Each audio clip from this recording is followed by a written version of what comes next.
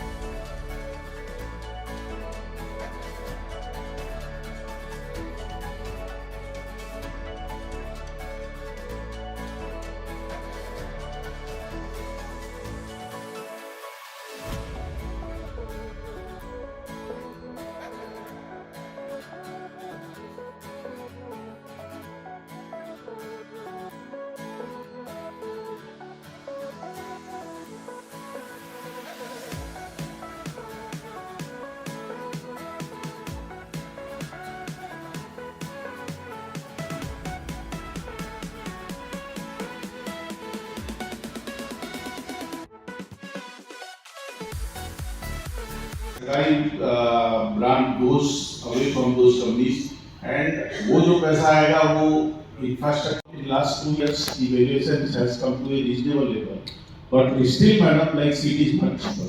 Go on doing support every time you raise the rate here they give a subsidy, so you're not going to be able to stop them purely through tariff.